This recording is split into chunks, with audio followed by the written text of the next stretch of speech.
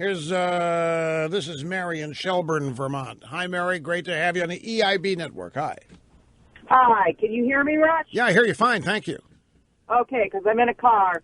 I was listening to your commentary on the whole situation with Sanders and his $26 million and the fact that most of his supporters are $200 or less. And I simply, since I live up here about 4 months out of the year, and I know an awful lot of people that are Democrats up here, mostly Democrats, few conservatives, their attitude with Sanders is one of, if he did not stick to his original position on the Second Amendment, they would literally wipe him off the slate. That's how he got elected in the first place. So my question is, where and who are these people who are contributing? I'm saying that they are supporters of the Second Amendment and the position that he took. Well, that may be a comforting thing to tell yourself, but I don't think that's the case. I don't think most of the people giving money to Bernie Sanders have any idea that years ago he's pro-NRA and anti-wipe out the Second Amendment and anti-gun control. I think most of the people giving him money think that he's going to close the banks. He's going to put the NRA in jail or try to. He's going to get us out of every war that we are in. He's going to do whatever he can to save the climate. I think they think he is the real socialist deal. Okay. You think that his support would collapse if these donors realized his original position on guns? Oh, absolutely, in Vermont. Vermont is one of those states where in the fall, when it comes to deer season or whatever kind of a shooting season there is, the trucks are out with all the gun paraphernalia on them. Yeah, but look at what he said during the debate. He came out for more gun control in the debate. That's what people think of him now. I still think he was hanging on to that Second Amendment because the people who have been working for us have been making a comment about he better stick to his Second Amendment. If he doesn't, we're not keeping him where he is. He's gone. Well, he's gone anyway. I mean, unless...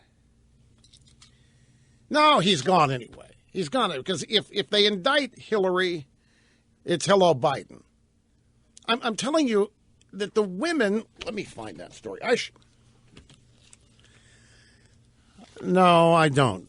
I don't think there's the slightest chance that he could win the nomination because I don't think the DNC is going to permit it.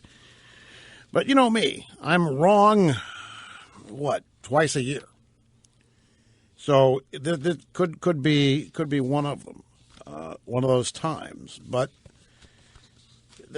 the Democrat Party is in bed with the people Bernie Sanders is talking about destroying. They're in bed with corporations. They are in bed with Wall Street. They are the party of the rich today, not the Republicans. They're the party of the Hollywood rich and the corporate rich in Hollywood. They are the party of Wall Street. I mean, take a look at all these big bank firms, these CEOs. Who are they giving money to? Obama and the Democrat Party. Well, what happens to his base if depending on how he doesn't get the nominee, I guess his base could be angry and stay home if they think he's been cheated out of the nomination. It's entirely possible, but then it's going to become a question. Let's say that happens. Let's say that I'm right and that Bernie looks like he's going to win it, and the DNC moves in with some kind of maneuver to deny him, whatever it might be, and his supporters think he's been railroaded. Okay, his supporters are then left with the possibility of either Hillary Clinton being elected and anger at the DNC and Hillary for screwing Bernie, or take your pick, Jeb Bush, Trump, pick a Republican.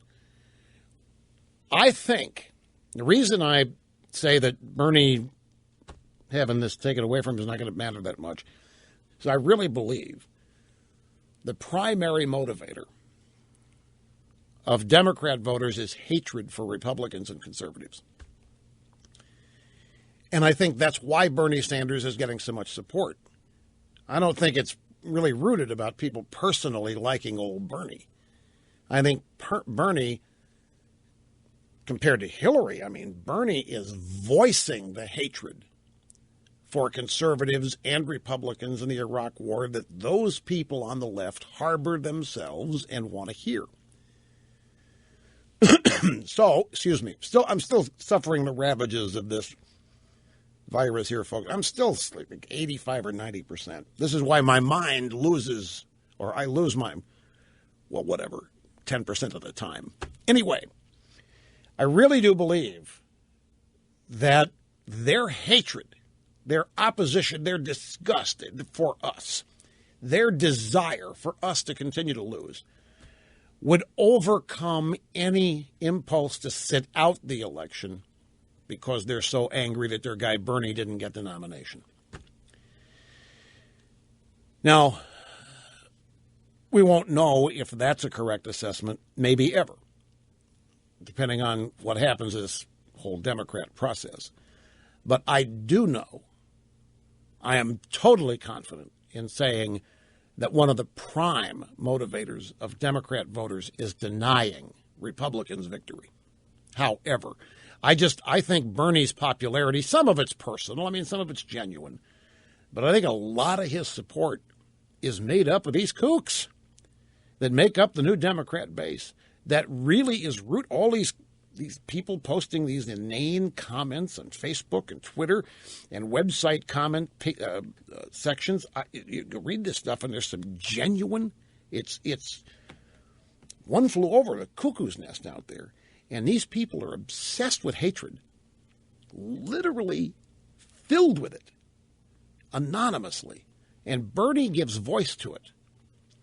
Ergo, their enthusiasm for the guy. And I think that will override. Now, this is not to say that the Democrats are an automatic win. Anything can happen to change my equation here. Such as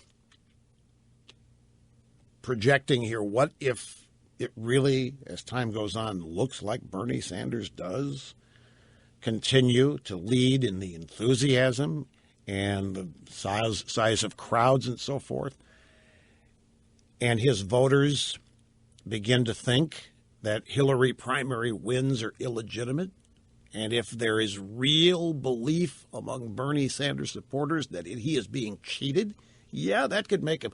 It's going to be a tough call come November 2016. What their prime motivation is going to be, to punish the Democrats or punish Republicans. Punish the Democrats, they stay home and don't vote. Punish Republicans, show up, bite the bullet, vote for Hillary, who is not anywhere near as popular as Bernie is. It's another thing. Now, here's this story. It's a Daily Mail story, exclusive. Democrat National Committee woman says her party is clearing a path for Hillary because the women in charge want it that way.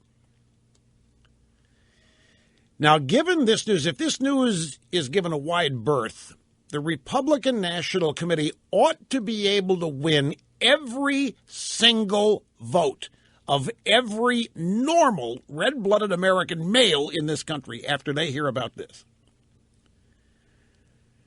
The women of the DNC have taken over and are running it, and they do not want any men around, and they do not want an old man getting a nomination. That would be Bernie.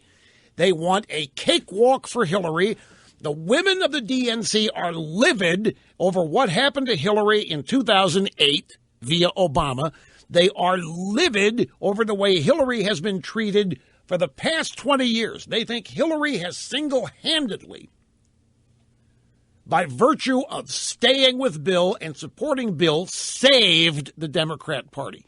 The women of the Democrat National Committee think that Hillary is owed much more than they can ever pay her. And they are fuming over what happened in 2008. Because 2008 was her coronation. And at the first sign of a young guy that came along, the DNC threw her overboard like yesterday's breakfast and glommed onto Obama, and they have been fuming ever since. And they are led by Debbie Blabbermouth Schultz. Here are the pull quotes. Female members, Democrat Party's controlling body, spoke to Daily Mail Online in Vegas following the primary debate on Tuesday.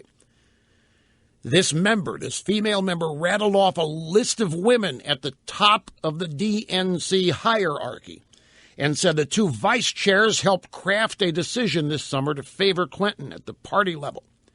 The committee woman warned her party could promote Hillary because she's a woman and risk having her implode after she's nominated. They don't care. They want her nominated.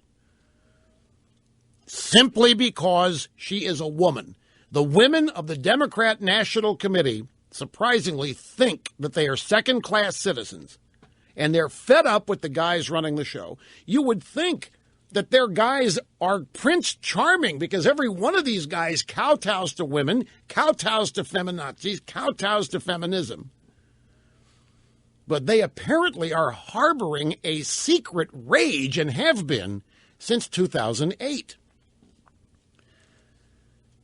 The Democrat National Committee insisted it runs an impartial primary process period, but it has sanctioned only 6 debates this time around. Democrat presidential candidates had to survive 27 debates in 2007 and 2008. That's how many debates, primary debates, there were. In 2007, 2000, there are 6 this time, and that's to save Hillary, who is not good in them.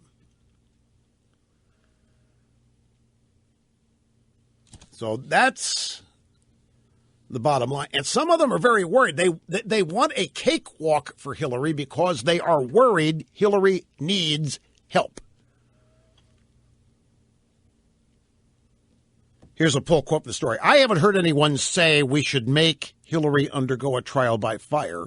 On the contrary, the women in charge seem eager more and more to have her skate to the general election.